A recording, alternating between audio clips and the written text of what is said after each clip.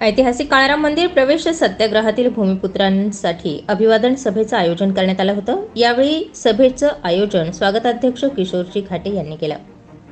Doctor Babasaheb Ambedkar यांच्या मार्गदर्शनात दादासाहेब गायकवाड यांच्या नेतृत्वाखाली 2 मार्च 1930 पासून सलग 7 दिवस काळाराम मंदिर सत्याग्रह करण्यात आला।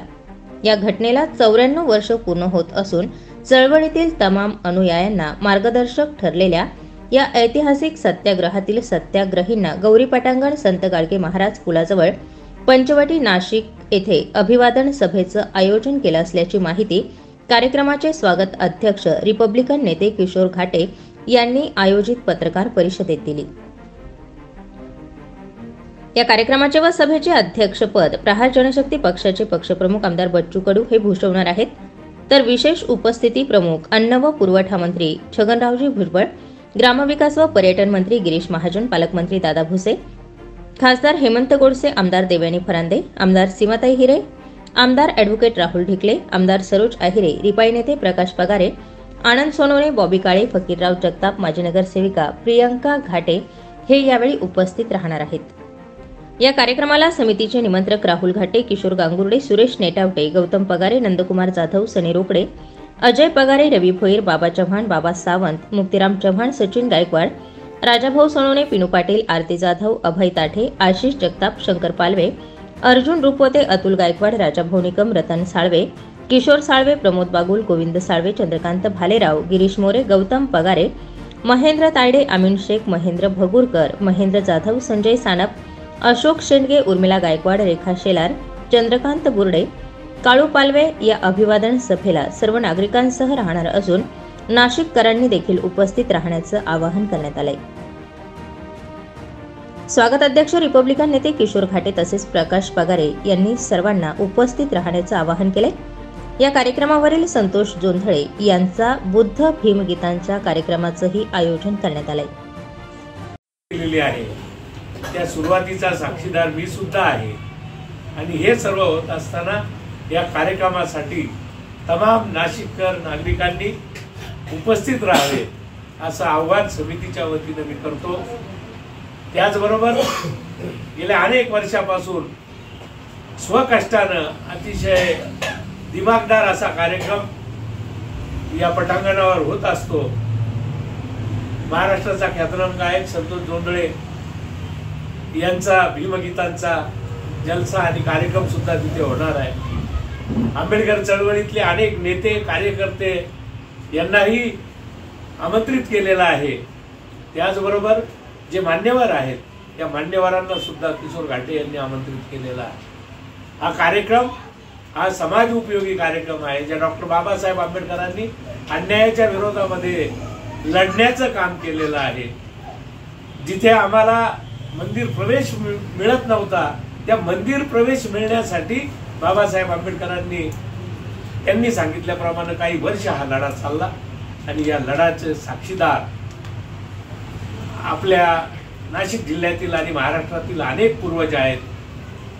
त्यांनी उल्लेख केला की डॉक्टर बाबासाहेब आंबेडकरांच्या चळवळीमध्ये त्यांचे वडील बुद्धवासी माधवराव घाटे यांचा सहभाग होता। जर इथे एक चित्र पाहत असाल तर या फोटो मध्ये सुद्धा त्यांच्या वडिलांचा फोटो सत्याग्रहींमध्ये लावलेला आहे। अतिशय कष्टानं अतिशय चांगल्या पद्धतीनं हा कार्यक्रम दरवर्षी ते पुढे नेत असतात। या कार्यक्रमाला आपण सर्वांनी मनापासून प्रत्येक कार्यकर्त्यांनी आपल्या वस्तीतले जिल्ह्यातील सर्व कार्यकर्ते या कार्यक्रमाला कसे उपस्थित राहतील याच्यावर भर देऊन या कार्यक्रम यशस्वीसाठी आपण सर्वांनी प्रयत्न करूया आणि किशोर घाटे हे त्या कार्यक्रमाचे स्वागताध्यक्ष आहेत आणि त्यांच्या निमंत्रणाला मान देऊन आपण सर्वांनी उपस्थित राहावं असं मी समितीच्या वतीनं आवाहन करतो। या कार्यक्रमासाठी किशोरजी घाटे त्यांच्या समवेत आमचे किशोर गांगुर्डे आहेत, महेंद्र तायडे आहेत, आरती जाधव आहेत, संजय बाबा सानप आहेत, आपले बाबा चव्हाण आहेत, मधुकरराव जाधव पॅन्थर, त्याचबरोबर बाबा चव्हाण आहेत।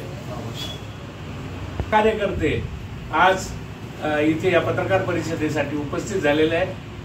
मी किशोर घाटेंच्या माध्यमातून सर्व पत्रकार मित्रांचं आभार मानतो आणि यापुढेही या समितीला अशाच पद्धतीनं 2 मार्चच्या कार्यक्रमाचं सुद्धा प्रक्षेपण आपण करावं, आपण सर्वांनी यावं अशी विनंती करतो आणि इथेच थांबतो. पत्रकार परिषद यासाठी घेतली, 2024 रोजी 2 मार्चला काराम मंदिर सत्याग्रहाचा 94 दिवस आहे. 94 वर्ष पूर्ण झालेले या ऐतिहासिक लढ्याला आणि म्हणून पुन्हा 94 वर्षामध्ये आपण जाणार. डॉक्टर बाबासाहेब आंबेडकरांनी जे काराम मंदिराचा जो सत्याग्रह केला त्याला किमान 5 वर्ष 7 महिने आणि 11 दिवस तो लढायला लागलेला आहे. आणि ते फक्त आणि विशिष्ट जातीसाठी तो लढा नव्हता, सर्व बहुजनांसाठी ते काराम मंदिर खुलं केलेलं आहे.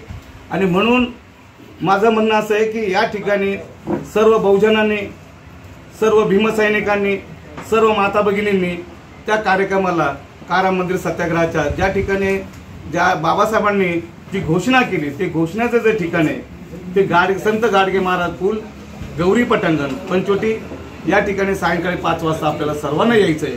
तुम्ही पण या, मी पण येतो. अशा भाषेमध्ये सांगत असताना मला एक आनंद वाटतो का आमच्या ठिकाणी आम्ही सर्व जणांना असं वाटतं की त्या ठिकाणी काराम मंदिराचा सत्याग्रह झालाच पाहिजे. सत्याग्रह म्हणण्यापेक्षा तिथं अभिवादन सभा झाली पाहिजे. अभिवादन सभा यासाठी का ज्या ठिकाणी बाबासाहेब आंबेडकरांनी ज्यावेळेस सत्याग्रह करत असताना त्यामध्ये जे शहीद झाले त्या शहीदांना खऱ्या अर्थानं अभिवादन करायचं आहे आणि अभिवादन करण्यासाठी आपण सर्वांनी त्या ठिकाणी जमायचं आहे. हे मूळ उद्दिष्ट आहे. आणि त्या ठिकाणी आपण जर आलात तर मला वाटतं ऋण फिटल्याशिवाय राहणार नाही असं मला वाटतं. या ठिकाणी या कार्यक्रमाचं खरं म्हणजे ज्या संतोष जोंधळे संपूर्ण महाराष्ट्रामध्ये तो कार्यक्रम करतो. महाराष्ट्राच्या बाहेर तेलंगणा असेल, गुजरात असेल, सुरत असेल अशा अनेक ठिकाणी त्याचं कार्यक्रमाचं रूपरेषा असते. आणि त्याच्याबरोबर जे अश्विनी गोस्वामी ते मला वाटतं सुंदरा मनात भरली या नाटकामध्ये तिने गाणं गायलेले अशी हुशार आणि सारेगमपमध्ये तिने चांगलं काम केलेले अशी ती मुलगी आहे. ती सुद्धा या कार्यक्रमाला संबोधित करणार आहे, ती गाणं गाणार आहे. आपण सर्वांनी या ठिकाणी यावं मी अशी आव्हान मी सर्व नागरिकांना, बहुजनांना मी विनंतीपूर्वक सांगतो. आपण याला ही अपेक्षा ठेवतो. धन्यवाद. स्टार 24 फास्ट न्यूजसाठी सिद्धार्थ लोखंडे, नाशिक.